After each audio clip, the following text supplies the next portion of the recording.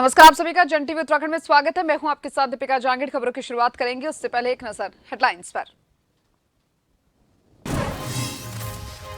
CM Dhami की केंद्रीय मंत्री ऊर्जा मंत्री आरके सिंह से मुलाकात। 300 मेगावाट अतिरिक्त बिजली देने पर दिया धन्यवाद।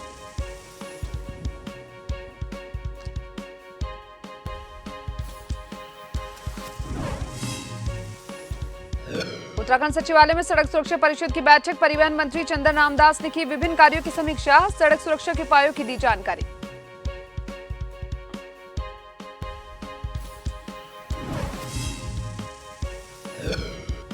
धामी सरकार ने केंद्र से मांगा जोशीमठ के लिए आर्थिक पैकेज। 2000 करोड़ रुपए की मांग। आपदा प्रभावित क्षेत्र प्रभावित लोगों के पुनर्वास के लिए मांगी मदद।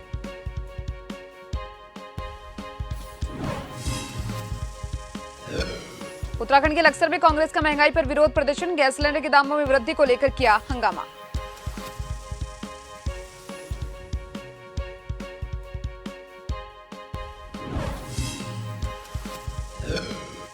गैरसैंण को लेकर अलर्ट मोड पर पुलिस प्रशासन। बड़ी संख्या में जवान किए तैनात। 13 मार्च को आहूत होगा उत्तराखंड विधानसभा सत्र।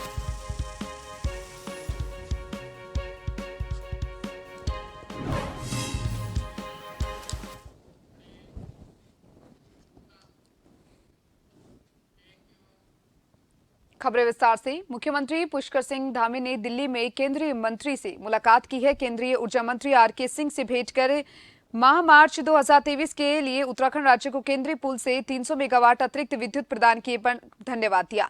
मुख्यमंत्री ने कहा कि पर्यावरणीय कारणों से राज्य में निर्माणाधीन जल विद्युत परियोजनाओं के निर्माण में विलंब अथवा इनके न्यायालयों में विचाराधीन होने के फलस्वरूप विद्युत मांग के सापेक्ष विद्युत उपलब्धता की कमी है। इसके अतिरिक्त प्रदेश में बेसलोड हेतु तापीय विद्युत ग्रह का उपलब्ध न हो। इसी के साथ ही बीती शीत ऋतु में कम वर्षा और बर्फबारी के फलस्वरूप अभी से ही नदियों में कम जलस्तर के फलस्वरूप प्रदेश के जल विद्युत उत्पादन में कमी परिलक्षित होने के कारण उत्तराखंड राज्य की विद्युत मांग और उपलब्धता में वर्ष 2023-24 में औसतन 400 मेगावाट का अंतर अनुमानित है। मुख्यमंत्री ने उत्तराखंड राज्य को इस संभावित विद्युत संकट मुक्त करने के हेतु केंद्रीय पूल से मार्च 2024 तक की अवधि हेतु 400 मेगावाट अतिरिक्त कोटा उपलब्ध कराए जाने का अनुरोध किया, जिस पर केंद्रीय मंत्री द्वारा सकारात्मक निर्णय का आश्वासन प्रदान किया गया।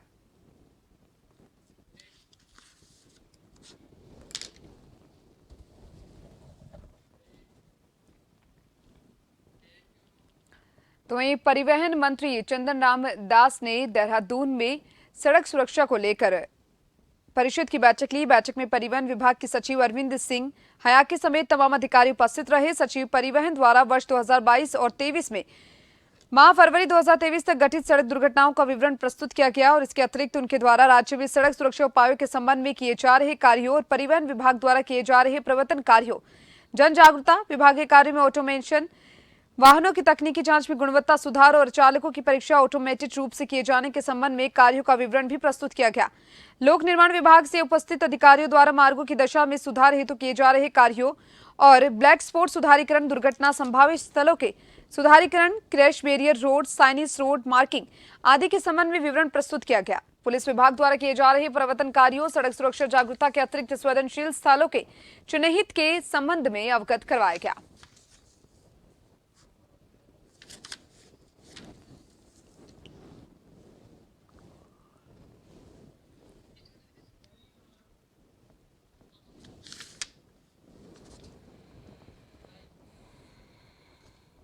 माननीय सर्वोच्च न्यायालय के निर्देश पर राज्य सड़क सुरक्षा सलाहकार परिषद की आज बैठक थी, जिसमें सभी विभागों के अधिकारी और सचिवाद मौजूद थे। हमारी पहली प्राथमिकता प्रदेश में दुर्घटनाओं को रोकना, लोगों की जान माल की सुरक्षा करना, क्योंकि चार धाम यात्रा अगले माह से प्रारंभ हो रही है। हमने एनएच, पीडब्ल्यूडी, बीआरओ, एनएचआई सभी कार्यदायी संस्थाओं को आज बुलाया था। तो ब्लैक स्पॉटों का चयन, डिवाइडर लगाना, सीसी कैमरे लगाना और जो गड्ढा मुक्त सड़कों का निर्माण होना है उनको सुनिश्चित करने के लिए आज निर्देश जारी किए। हल्द्वानी शहर की बिगड़ती ट्रैफिक व्यवस्था को पटरी पर लाने की कवायद शुरू हो चुकी है और पुलिस और प्रशासन शहर के नागरिकों की सहूलियत को लेकर नए आयाम ढूंढ रहे हैं, जिसके चलते प्राथमिक चरण में कालू सिद्ध बाबा के मंदिर से बाजार जाने को लेकर एक अंडरपास बनाने की योजना पर शीघ्र काम चालू होगा। मीडिया से बात करते हुए कुमाऊं आईजी नीलेश आनंद भरने ने बताया कि इस अंडरपास से काफी हद तक लोगों को फायदा होगा और यहां लगने वाले जाम से राहत मिलेगी। करीब 95 लाख से ये अंडरपास बनाया जाएगा और इसका सर्वे कार्य चल रहा है। वहीं देवल चोर चौराहे के पास काफी जाम रहता है, जिसके लिए कुमाऊं कमिश्नर ने पैसा भी स्वीकृत कर दिया। इसके अलावा अन्य क्षेत्रों पर भी इस तरह के बोतल नेक खोजे जा रहे हैं, जिससे लोगों की राह आसान हो सके।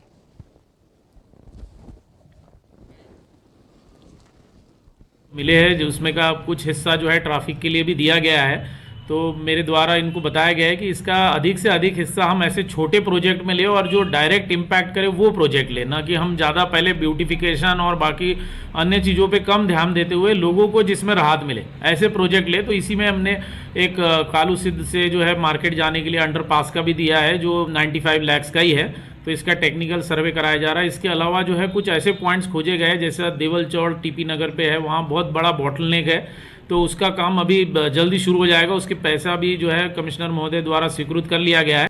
देवप्रयाग से बीजेपी विधायक विनोद कंडारी ने एक बार फिर मुख्यमंत्री पुष्कर सिंह धामी के कार्यों की तारीफ करते हुए कहा कि सरकार में लगातार विकास के काम हो रहे हैं। विधायक ने कहा कि ऑल वेदर रोड के बनने से राज्य में चार धाम की यात्रा सुगम हो चुकी है। ऐसे विधायकों की यही मांग है कि एक बार फिर सड़कों की साफ सफाई कराई जाए, जिससे यात्रियों को कोई परेशानी ना हो।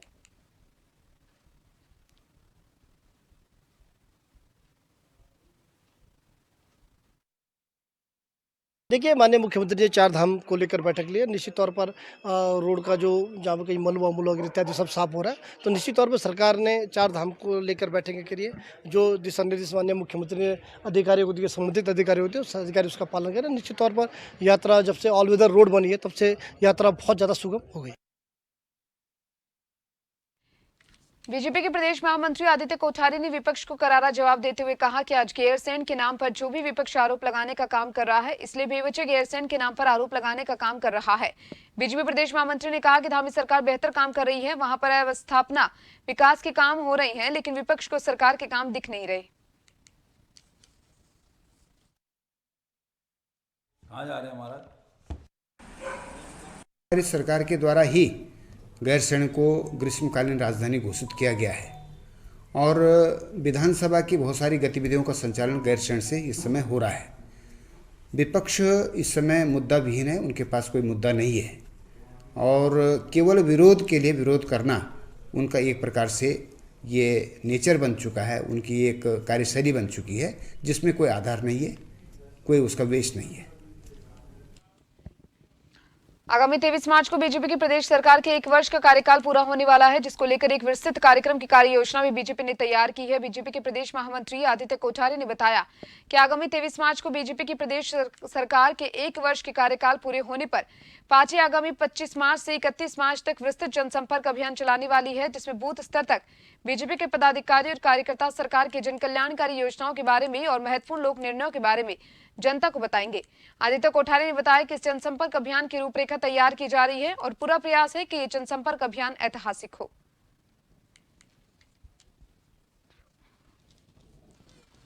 अभी हमारी सरकार के गठन के 1 वर्ष 23 मार्च को पूर्ण होने जा रहा है और इस 1 वर्ष में सरकार के द्वारा कई महत्वपूर्ण निर्णय लिए गए हैं।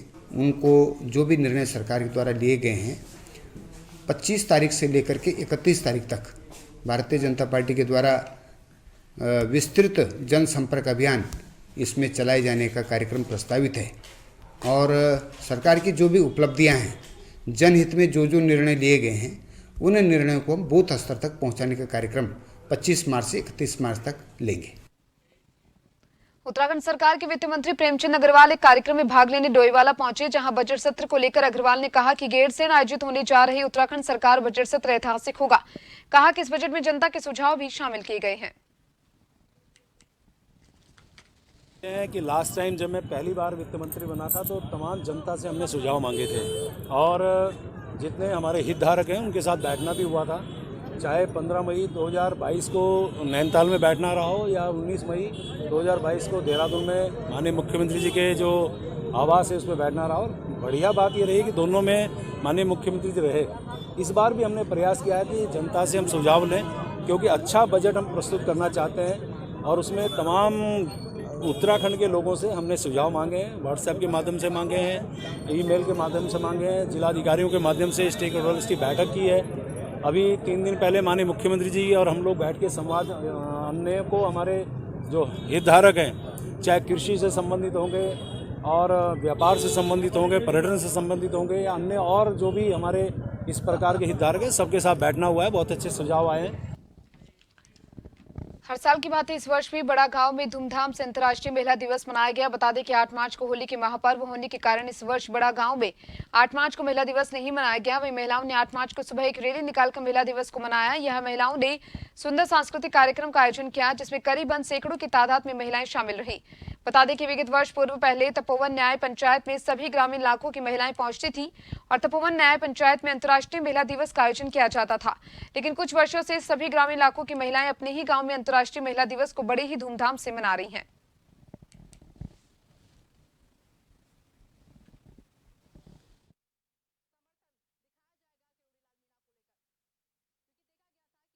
आठ मार्च को महिला दिवस मनाया जाता है और इसमें हजारों सैकड़ों महिलाएं रहती हैं और हर महिला प्रतिभाग करती है और अपनी पारंपरिक संस्कृति और धरोहर को बचाने के लिए हर किस्म के नुक्कड़ नाटक करती और सांस्कृतिक कार्यक्रम करती अपनी वेशभूषा में। और हर साल ये मेले का आयोजन किया जाता और सभी गांव वाले महिला और पुरुष हमारा साथ देते हैं, जिससे हम ये कार्य को सुचारू रूप से आगे बढ़ाने की कोशिश करते हैं और सभी का साथ हमारे साथ अच्छा रहता है। इस वक्त हम लोग मौजूद हैं ग्राम सभा बड़गांव में। जिस ग्राम सभा बड़गांव की अगर हम बात करना चाहें तो ग्राम सभा बड़गांव काफी बड़ी घनी आबादी वाला गांव माना जाता है और बड़ी बात तो यह है कि आज इसी ग्राम सभा बड़गांव में महिला दिवस बड़े ही धूमधाम से मनाया गया। आपको बता दें कि जिस महिला दिवस ने 8 मार्च को होना था, लेकिन होली होने के कारण इस महिला दिवस को आज यहाँ के स्थानीय ग्रामीणों ने बड़े ही धूमधाम से मनाया। कैमरामैन साथी सावन राणा के साथ नवीन सिंह, बड़गांव। लालकुआ विधायक डॉक्टर मोहन सिंह बिष्ट स्वयं सुरक्षा अभियान से जुड़े हैं। उन्होंने स्वयं सुरक्षा अभियान का फॉर्म भरकर विधिवत सदस्यता ली। पूरे मामले पर जानकारी देते हुए स्वयं सुरक्षा अभियान के प्रमुख और संस्थापक रजनीश पांडे ने बताया कि सैनिकों के सम्मान में स्वयं सुरक्षा अभियान के तहत आन्विक अकाउंट से प्रतिदिन के हिसाब से लोग सहयोग करते हैं, जिसकी विधिवत रूप से क्षेत्रीय विधायक मोहन सिंह बिष्ट को भी फॉर्म भरकर स्वयं सुरक्षा अभियान में सदस्यता दिलाई गई और अब क्षेत्रीय विधायक मोहन सिंह बिष्ट द्वारा भी प्रतिदिन भारतीय सेना के खाते में जाएंगे। उन्होंने बताया कि जब सेना है तभी हम हैं और सेना के बिना देश अधूरा है, इसलिए सेना का मनोबल बढ़ाने, उसे सशक्त और मजबूत करने के लिए हर भारतवासी को एकजुट होना होगा और इसी संकल्प के साथ स्वयं सुरक्षा अभियान चलाया जा रहा है। देखिए कि बहुत ही महत्वपूर्ण और भारतीय सेनाओं का मनोबल बढ़ाने के लिए, उनका सम्मान करने के लिए कार्यक्रम जो है शुरू किया गया है और स्वयं जो है रक्षा मंत्री जी स्वयं इस कार्य की जो है मॉनिटरिंग कर रहे हैं। उनकी रेख में और उनके उसमें निर्देशन में कार्य हो रहा है और ये हम सब के लिए बहुत गौरव की बात है। और 1 रुपया तो क्या, सेना के लिए तो, उनके लिए तो जो हमारी रात दिन हमारी सेवा करने के लिए अपने प्राणों की भी आहुति देते हैं, अपना बलिदान देते हैं, उनके लिए 1 रुपये का अगर सारा जीवन भी हम को उनके लिए करना पड़े तो वो कम है। मैं इस अभियान की बहुत जो है इसकी मैं जो है प्रशंसा करता हूँ। ये हरित क्रांति की जन्मस्थली पंतनगर विश्वविद्यालय की धरा से हम लोग राष्ट्र और सेना के सम्मान में स्वयं सुरक्षा अभियान चला रहे हैं, जिसके अंतर्गत 1 रुपये प्रतिदिन हम लोग राष्ट्र रक्षा या सेना के अकाउंट में भेजते हैं। और आज यहाँ पर हम लोग पहुँचे हैं डॉक्टर मोहन सिंह बिष्ट जी, जो माननीय विधायक लालकुआ हैं, इनके संज्ञान में भी इस अभियान की विचारधारा आई और माननीय विधायक जी ने विचारधारा का सम्मान करते हुए हमको अपने आवास पे बुलाया और आज अपने बैंक अकाउंट से सीधे सेना के अकाउंट में, राष्ट्र रक्षा के अकाउंट में 1 रुपये प्रतिदिन समर्पित किया। खबरें लगातार जारी है, जल्द लौटेंगे ब्रेक के बाद।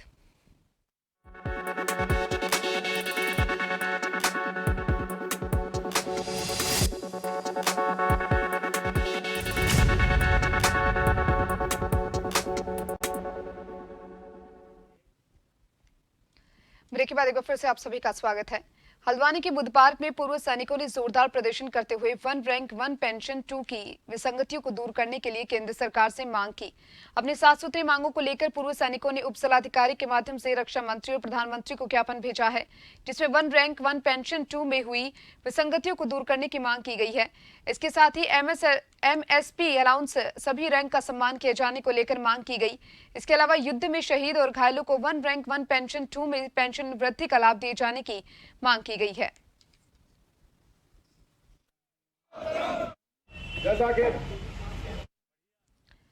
लक्सर में कांग्रेस कार्यकर्ताओं ने बालावाली तिराहे पर हाल ही में गैस के मूल्यों में 50 रुपए की बढ़ोतरी किए जाने को लेकर अपनी पीठ के ऊपर गैस सिलेंडर रखकर सरकार के खिलाफ प्रदर्शन किया है। और इस दौरान कांग्रेस के प्रदेश महामंत्री राजेश रस्तोगी ने केंद्र सरकार पर निशाना साधते हुए कहा कि आज देश के अंदर महंगाई और भ्रष्टाचार की आग लगी है। अडानी ने देश को लूटा है, सरकार का अडानी से क्या संबंध है।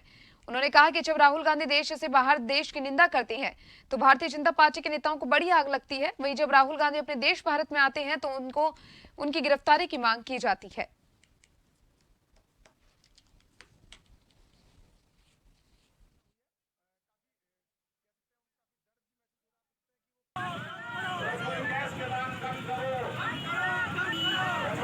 महंगाई की आग लगी है, भ्रष्टाचार बेईमानी की आग लगी है। अडानी ने किस तरीके से देश को लूटा है, अडानी का मोदी से क्या संबंध है। राहुल जी रोज चिल्ला रहे हैं, रोज बोल रहे हैं, कोई जांच नहीं हो रही है, कोई कमेटी का गठन नहीं हो रहा है, सुप्रीम कोर्ट को हस्तक्षेप करना पड़ रहा है, हर बार गैस के सिलेंडर पर पैसा बढ़ा देते हैं हाईकमान के निर्देश पर। आज यहाँ लक्सर में संत कुमार पवार की अध्यक्षता में हम लोग यहाँ बालेश्वर जी के नेतृत्व में हम सब लोग यहाँ धरना प्रदर्शन में हैं और ये गैस के खिलाफ जो अभी 50 रुपए बढ़ाए हैं उसके खिलाफ धरना प्रदर्शन है।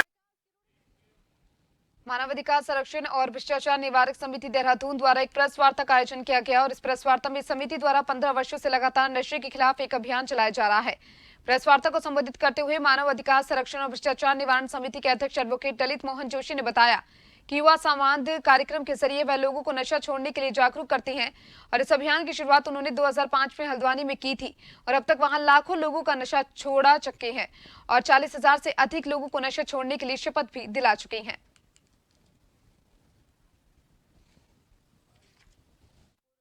पिछले 15 वर्षों से नशे के खिलाफ जंग मिलकर लड़ेंगे हम, इस मुहिम को हम लोग चला रहे हैं और आज ये 15 वर्ष क्योंकि लगभग 7.5 लाख बच्चों से, युवाओं से जो 6ठी से लेकर 12वीं तक के कक्षाओं में है, विशेषकर टीनेजर बच्चों से हम मिले और आज ये जो मंच है, मंच में वो लोग हैं जिन्होंने इस समाज को, इस देश को, प्रदेश को एक नई दिशा देने का काम किया है और निश्चित रूप से इन सबकी उपस्थिति और हमारा ये जो प्रयास है युवाओं के बीच युवा संवाद, क्योंकि मेरा ये मानना है कि जिस तरह से एक देश का सैनिक सरहद में रह के अपनी ड्यूटी को निभाता है, हर व्यक्ति चाहे वो शिक्षा के क्षेत्र में हो, स्वास्थ्य के क्षेत्र में हो, वो इंसानियत के नाते आज के सबसे बड़ा जो प्रश्न चिन्ह है वो नशा है, उसको लड़ने के लिए, उससे समाज को बचाने के लिए, एक एक बच्चे को बचाने के लिए उसको आगे आना होगा।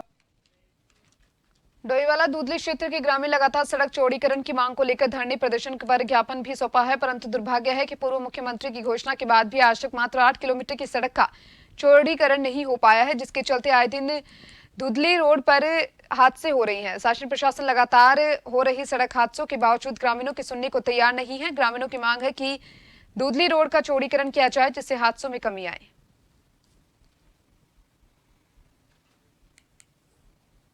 डिमांड है कि जो हमारा दूधली बाईपास रोड है इसका चौड़ीकरण के लिए हम लोग आज एसडीएम साहब के पास आए हैं। हम चाहते हैं कि ये 8 किलोमीटर की जो रोड है ये जल्द से जल्द चौड़ी होनी चाहिए, क्योंकि इसमें बहुत दुर्घटनाएं हो रही हैं। जब से हाईवे पर टोल लगा है तब से सारा भारी ट्रैफिक इस दूधली रोड से निकलता है और जब भी कोई कार्यक्रम होते हैं तो इस रोड को, सारे ट्रैफिक को इस रोड पर डाइवर्ट कर दिया जाता है, ना ही कोई शासन प्रशासन की तरफ से कोई ध्यान दिया जाता है और इसमें जो दुर्घटनाएं होती हैं वो हमारे क्षेत्र की जनता हर किसी ना किसी महीने कितना दिन किसी न किसी की मौत हो रही है। और अभी एक ज्ञापन देने आए थे दूधली क्षेत्र के कुछ लोग थे, उसमें जिला पंचायत सदस्य और ग्राम प्रधानगण भी थे। उनका ये था कि उसका चौड़ीकरण, जो सड़क मार्ग है, चौड़ीकरण का मुद्दा है और वो मेरे द्वारा अभी उन्हीं के सामने अधिशासी अभियंता लोक निर्माण विभाग खंड ऋषिकेश से बात की गई। उनके द्वारा जानकारी दी गई कि ये जो प्रस्ताव है वो शासन स्तर को प्रपोजल भेजा जा चुका है। हमने इन लोगों से भी बात की कि आप लोग भी अपना पैरवी कर लीजिए, हम लोग भी जो ज्ञापन है उसको उचित माध्यम से भेज।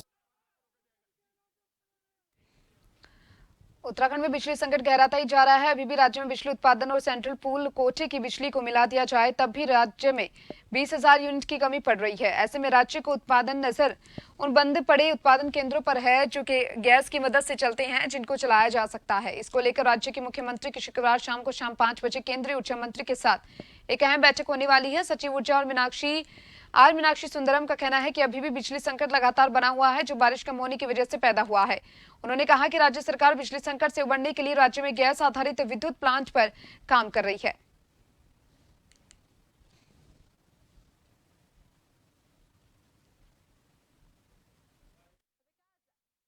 इस बार विंटर रेनफॉल कम हुई है। हालांकि 1 अप्रैल के बाद ग्लेशियर के पिघलने की वजह से नदी में जल स्तर बढ़ जाता है, तो 1 अप्रैल के बाद हमारी जो हाइड्रो पावर जनरेशन है वो नॉर्मल सी पे आ जाएगी। लेकिन नॉर्मल जनरेशन करने के बावजूद हम लोग अभी डेफिसिट में है। तो ये डेफिसिट अलग अलग टाइप के हैं। कुछ तो नॉन पीक पीरियड में 500 मेगावाट तक की डेफिसिट रहती है और पीक पीरियड में ये बढ़ करके 800 मेगावाट तक चले जाते हैं।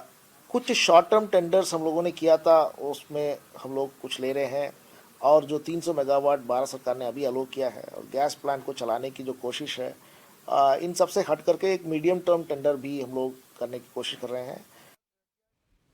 उत्तराखंड के मुख्यमंत्री पुष्कर सिंह धामी के कार्यकाल में गैरसैंण का पहला विधानसभा सत्र 13 मार्च से आहूत होने जा रहा है, जिसको लेकर प्रशासन मुस्तैद नजर आ रहा है। ऐसे कयास लगाए जा रहे हैं कि विपक्षी पार्टियों और आंदोलनकारियों द्वारा सत्र के दौरान प्रदेश में गठित विभिन्न मुद्दों को लेकर विधानसभा घेराव और आंदोलन भी किए जा सकते हैं, जिसको लेकर प्रशासन द्वारा बड़ी संख्या में पुलिस बल की तैनाती की जा रही है। वहीं सत्र के दौरान कोई व्यवधान पैदा न हो, इसको लेकर भी ADG law and order V Murugesan ने चमोली पुलिस को मुख्यालय स्तर से अलर्ट मोड पर रहने की हिदायत दी।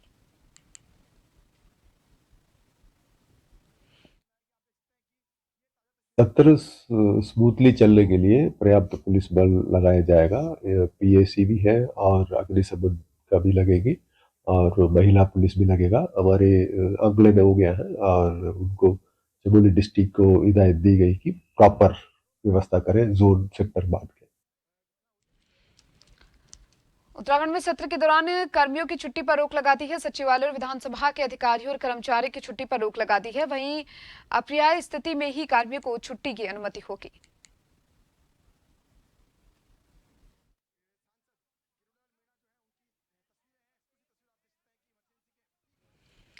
काशीपुर में कम समय में जन्मे बच्चों को बचाना डॉक्टर के सामने बड़ी चुनौती है। यह नवजात लड़का बीते रोज पड़ोसी राज्य उत्तर प्रदेश के जिला रामपुर किसवार से लाया गया। इसका वजन 400 ग्राम है, जबकि इसकी लंबाई 27 सेंटीमीटर है। अब ऐसे में डॉक्टरों के मुताबिक इस नवजात के जन्म की समाअवधि 21 सप्ताह 5 दिन है, जबकि गूगल के मुताबिक देश के सबसे कम समाअवधि में जन्मे नवजात लड़की की समाअवधि 24 सप्ताह है और उसका नाम अर्जुन है, जो कि हैदराबाद का है। यह शिशु देश का सबसे कम समाअवधि में जन्मा बच्चा है। कम समाअवधि में जन्मे इस शिशु की किडनी, फेफड़े, दिल आदि सभी अंग अपरिपक्व है। सबसे ज्यादा समस्या बैक्टीरियल संक्रमण की है, जो कि क्लेब्सियाला नामक है, जो कि बेबी किलर साबित होता है। इसके अलावा सांस फूलने की समस्या बार बार आती है, जो कि इस बच्चे में अब तक 8 बार हो चुकी है। अगर डॉक्टर संक्रमण से इस बच्चे को बचा पाए तो इस बच्चे को बचाने में कामयाब रहेंगे। देखिए, ये जो बच्चा हमारे पास एडमिट है, ये 21 हफ्ते 5 दिन पे पैदा हुआ था। इसका वजन 400 ग्राम है। इसकी लंबाई 27 सेंटीमीटर है। जब हमने गूगल पे रिकॉर्ड्स चेक किए तो हिंदुस्तान का सबसे छोटा बच्चा जो बेटा बेबी बॉय है, वो अर्जुन रहा है, जिसका 430 ग्राम वेट था। ये हैदराबाद का रहने वाला था। और इस बच्चे से जो हमारे पास बच्चा एडमिट है, इसका 30 ग्राम वेट कम है और लंबाई करीब 3 सेंटीमीटर कम है। हिंदुस्तान के लिहाज से अगर बात की जाए तो जो स्मॉलेस्ट बच्चा है वो शिवान्या है, जो 375 ग्राम पे हुई थी। तो ओवरऑल अगर हम देखें तो ये उत्तरकाशी में पर्वतारोहियों और पर्यटकों के लिए खुशखबरी है। बता दें, गंगोत्री नेशनल पार्क 1 अप्रैल को खुलने जा रहा है। गंगोत्री नेशनल पार्क प्रशासन ने तैयारियां शुरू कर दी है। गंगोत्री नेशनल पार्क के गेट प्रत्येक वर्ष शीतकाल में 30 नवंबर को बंद किए जाते हैं। ग्रीष्मकाल में 1 अप्रैल को गंगोत्री नेशनल पार्क के गेट खोले जाते हैं। पार्क क्षेत्र में स्थित गोमुख, तपोवन ट्रैक, केदारताल, सुंदरवन, नंदनवन, वासुकीताल, जनकताल ट्रैक के साथ ही गरतांग गली आकर्षण का केंद्र है।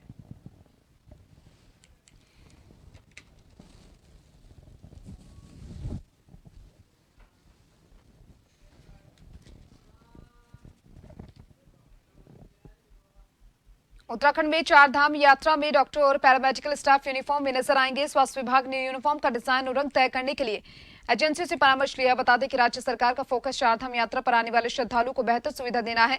केदारनाथ और यमुनोत्री धाम के पैदल मार्ग पर मेडिकल हेल्थ कैंप, डॉक्टरों की संख्या बढ़ाई जाएगी।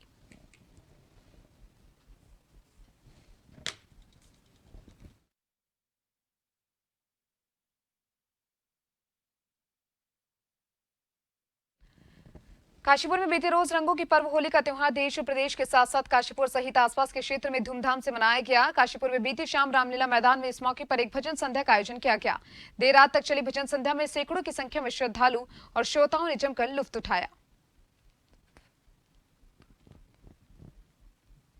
परिषद काशीपुर को बहुत धन्यवाद दूंगा और स्पेशली यहाँ के लोग, यहाँ के जनमानस बहुत ही भावपूर्ण, भक्तिपूर्ण और यहाँ सारे जो लोग थे वो उन्होंने हमें उत्साह वर्धन के लिए मतलब तालियों का सहयोग रहा, प्लस उन्होंने पूरा नृत्य में भाव विभोर होकर हमारी प्रस्तुतियों को सराहा है। मैं वैसे नैनीताल से हूँ, मैं करती हूँ वैसे बॉलीवुड सॉन्ग्स, लेकिन आज प्रभाकर भैया के साथ मौका मिला यहाँ पे तो मैंने कोरस में उनका साथ दिया है और बड़ा आनंद आया है। लोगों ने भी बड़ा अच्छा सहयोग किया है और इस काशीपुर पे आके काफ़ी अच्छा लगा। मुझे लगता है नगर से अच्छी संख्या में और मुझे लगता है हजारों की संख्या में बहुत सारे ऐसे लोग यहाँ आकर गले मिलते हैं, होली की शुभकामनाएं और बधाई एक दूसरे को देते हैं और इस कार्यक्रम का आनंद भी लेते हैं। यद्यपि इस मेले में सामाजिक और इन सभी खबरों के साथ इस बुलेटिन में इतना ही। मुझे दीजिए इजाजत। नमस्कार।